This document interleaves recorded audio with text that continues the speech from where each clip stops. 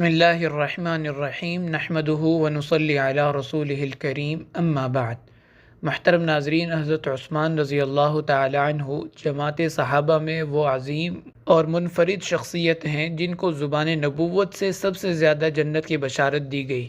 آپ صلی اللہ علیہ وسلم کا کسی کو ایک دفعہ جنتی فرما دینا اس کی نجات اور کامیابی کی ضمانت کے لیے کافی تھا، لیکن حضرت عثمان رضی اللہ تعالی عنہ وہ شخصیت ہیں جن کو زبان نبوت سے متعدد بار جنتی ہونے کی بشارت دی گئی۔ آج ہم انہی احادیث کا جائزہ لیں گے کہ آپ صلی اللہ علیہ وسلم نے کس موقع پر کون سا عظیم کارنامہ سر انجام دینے پر آپ کو جنتی ہونے کی بشارت اور سرٹیفکیٹ عطا فرمایا۔ پہلی روایت، جس کو امام ترمذی اور امام ابن ماجہ رحمۃ اللہ علیہ دونوں حضرات نے ذکر فرمایا کہ آپ صلی اللہ علیہ وسلم کا ارشاد ہے، لِكُلِّ نَبِيٍّ رَفِيقٌ وَرَفِيقِي فِي الْجَنَّةِ عثمان۔ جنت میں ہر نبی کا کوئی نہ کوئی خاص دوست اور رفیق ہوگا۔ فرمایا میری جنت میں میرے رفیق حضرت عثمان رضی اللہ تعالی عنہ ہوں گے۔ اس روایت میں دوہری بشارت ہے، ایک تو یہ کہ حضرت عثمان رضی اللہ تعالی عنہ جنتی ہیں، اور دوسرا یہ کہ ان کو اللہ کے نبی کی رفاقت نصیب ہوگی۔ نمبر دو، وہ روایت جس کو متعدد کتب حدیث نے نقل کیا ہے، اور اس میں یہ واقعہ ہے کہ آپ صلی اللہ علیہ وسلم جب ہجرت فرما کر مدینہ منورہ تشریف لائے تو یہاں میٹھے پانی کی بہت قلت تھی۔ ایک کنواں تھا بئر روما جو کسی یہودی کی ملکیت میں تھا، لیکن اس کا پانی بہت اچھا تھا۔ وہ مسلمانوں کو کافی مہنگے داموں پانی فروخت کیا کرتا تھا، لیکن ظاہر ہے کہ مہاجرین کے مالی حالات اتنے اچھے نہیں تھے کہ وہ مستقل پانی کو خرید کر استعمال کریں۔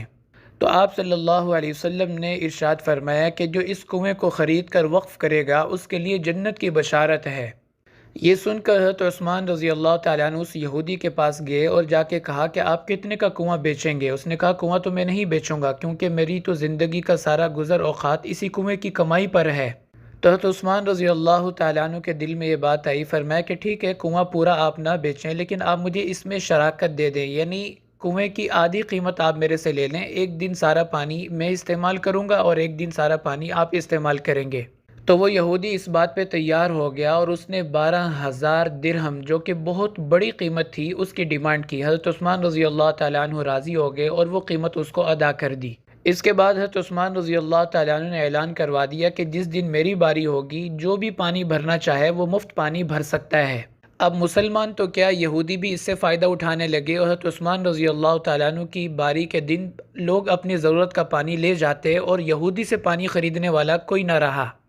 تو چند دنوں کے بعد وہ یہودی آیا اور آ کے کہنے لگا، افسدت علی رقیتی، کہ آپ نے تو میرا سارا کاروبار ٹھپ کر دیا ہے، اب دوسرا آدھا حصہ وہ بھی آپ خرید لیں، کیونکہ مجھے تو اب اس سے کوئی آمدن نہیں ہو رہی۔ تو حضرت عثمان رضی اللہ تعالیٰ نے اول تو فرمایا مجھے ضرورت نہیں ہے، لیکن پھر اس نے کہا کہ میں آپ کو 8,000 درہم کا دے دیتا ہوں۔ تو پہلا آدھا 12,000 درہم کا اور دوسرا 8,000، یعنی 20,000 درہم کا یہ پورا کنواں خرید کر وقف کر دیا، اور فرمایا کہ جو بھی یہاں سے پانی بھرنا چاہے، چاہے وہ مسلمان ہو یا یہودی، اس کو کوئی ممانعت نہیں ہوگی۔ 1400 سال گزر گئے، آج بھی یہ کنواں جاری اور ساری ہے، اور حضرت عثمان رضی اللہ تعالیٰ عنہ کے لیے بہترین صدقہ جاریہ ہے۔ تیسری وہ روایت جس میں آپ صلی اللہ علیہ وسلم نے ایک مرتبہ مجلس میں بیٹھے 10 صحابہ کا نام لے کر ان کو جنتی ہونے کی بشارت دی، اس لیے ان 10 حضرات کو 10 مبشرہ صحابہ کہا جاتا ہے۔ ان میں سے ایک نام حضرت عثمان بن عفان رضی اللہ تعالی عنہ کا بھی تھا۔ چوتھی مرتبہ بشارت حضرت عثمان رضی اللہ تعالیٰ عنہ کو اس وقت جنت کی دی گئی جب آپ صلی اللہ علیہ وسلم نے محسوس فرمایا کہ مسجد نبوی شریف میں نمازیوں کے لیے جگہ کی کافی تنگی ہے۔ تو آپ صلی اللہ علیہ وسلم نے ارادہ فرمایا کہ مسجد کے ساتھ جو خالی پلاٹ ہے اس کو خرید کر مسجد میں شامل کر لیا جائے، لیکن وہ پلاٹ ایک یہودی کا تھا اور وہ بہت مہنگی قیمت پہ بیچنے کے لیے بضد تھا۔ حضرت عثمان رضی اللہ تعالیٰ عنہ نے اس سے پوچھا کہ اس پلاٹ کی کیا قیمت ہے؟ اس نے کہا 25,000 درہم، اور بعض روایات میں آتا ہے 35,000 درہم، جو کہ اس کی اصل قیمت سے کہیں زیادہ تھی، لیکن حضرت عثمان رضی اللہ تعالیٰ عنہ نے وہ پلاٹ اس سے خرید کر مسجد کے لیے وقف کر دیا، اور آپ صلی اللہ علیہ وسلم نے فرمایا تھا جو یہ پلاٹ خرید کے مسجد کے لیے وقف کرے گا اس کے لیے جنت کی بشارت میں دیتا ہوں۔ تو یہ بشارت بھی حضرت عثمان رضی اللہ تعالیٰ عنہ کے حصے میں آئی۔ اور 5ویں نمبر پر وہ واقعہ ہے جس کو حضرت ابو موسیٰ اشعری رضی اللہ تعالیٰ عنہ کی روایت سے امام بخاری رحمۃ اللہ علیہ نے ذکر فرمایا، فرماتے ہیں کہ ایک دفعہ میں آپ صلی اللہ علیہ وسلم کے ساتھ کسی باغ میں تھا کہ اتنے میں حضرت ابوبکر رضی اللہ تعالیٰ عنہ ملنے کے لیے آیا۔ آپ نے فرمایا کہ ان کو اجازت دے دیں اندر آنے کی اور ان کو جنت کی بشارت دیں۔ تھوڑی دیر کے بعد حضرت عمر رضی اللہ تعالیٰ عنہ آئے، انہوں نے بھی اجازت چاہی تو آپ نے فرمایا ان کو بھی آنے کی اجازت دے دیں اور جنت کی بشارت سنا دیں۔ پھر تھوڑی دیر کے بعد حضرت عثمان رضی اللہ تعالیٰ عنہ آئے اور آ کے عرض کیا کہ میں ملاقات کے لیے حاضر ہونا چاہتا ہوں، تو آپ نے فرمایا کہ بشرہ بالجنہ علی بلوی تصیبہ، کہ ان کو اندر بھی لے آئیں اور جنت کی بشارت دے دیں اس آزمائش پر صبر کرنے کے نتیجے میں جو ان پر آئے گی۔ تو اس روایت میں بھی صراحتاً آپ صلی اللہ علیہ وسلم نے ان کو جنت کی بشارت دی، بشرہ بالجنہ۔ اس وقت آپ صلی اللہ علیہ وسلم قباء کے ایک باغ میں تشریف فرما تھے جہاں پہ بئر اریس کنواں واقع تھا۔ نمبر 6، غزوہ تبوک جس کو اللہ تعالیٰ نے ساعۃ العسرہ یعنی مشکل ترین گھڑی فرمایا، اس موقع پر آپ صلی اللہ علیہ وسلم نے تمام صحابہ کو مالی معاونت کرنے کا حکم دیا، کیونکہ سفر بہت لمبا تھا اور بہت بڑے دشمن کے ساتھ مقابلہ کرنا تھا۔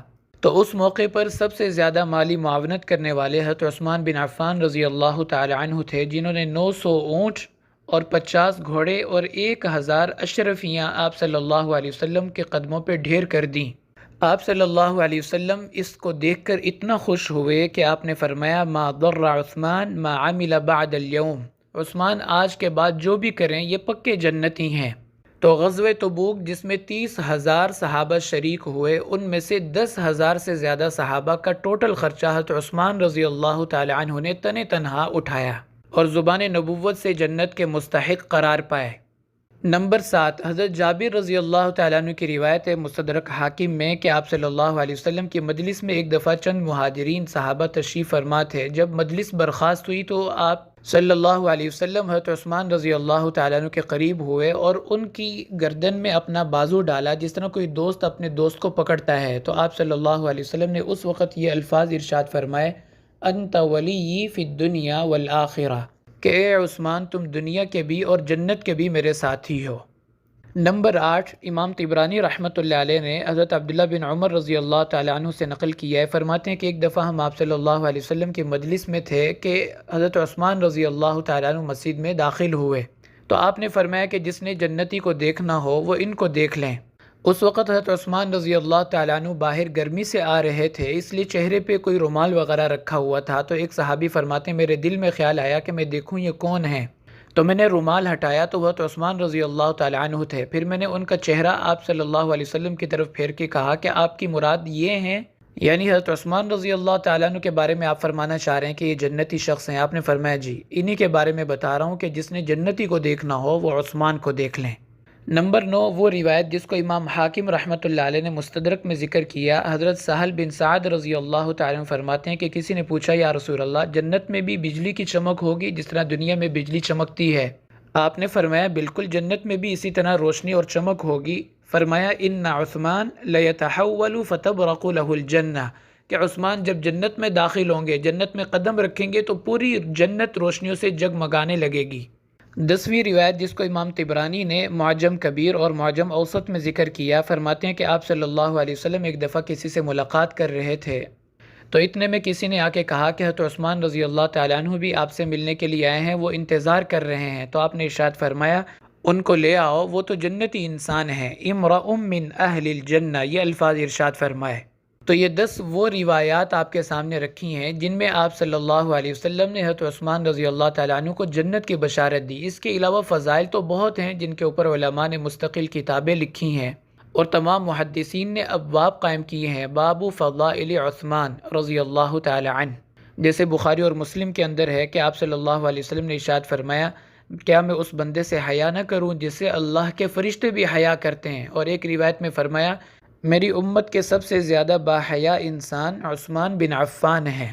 اور ترمذی شریف کی حدیث ہے کہ آپ صلی اللہ علیہ وسلم ایک دفعہ حضرت ابوبکر، حضرت عمر اور حضرت عثمان رضی اللہ تعالی عنہ ان تینوں حضرات کے ساتھ احد پہاڑ پر تھے، تو وہ ہلنے لگا، جھومنے لگا، تو آپ نے فرمایا اسکن فما علیک الا نبی و صدیق و شہیدان، کہ احد پہاڑ ٹھہر جا، تیرے اوپر اللہ کے نبی اور ایک صدیق اور 2 شہید، یعنی حضرت عمر اور حضرت عثمان رضی اللہ تعالی عنہ، ان کو شہید فرمایا۔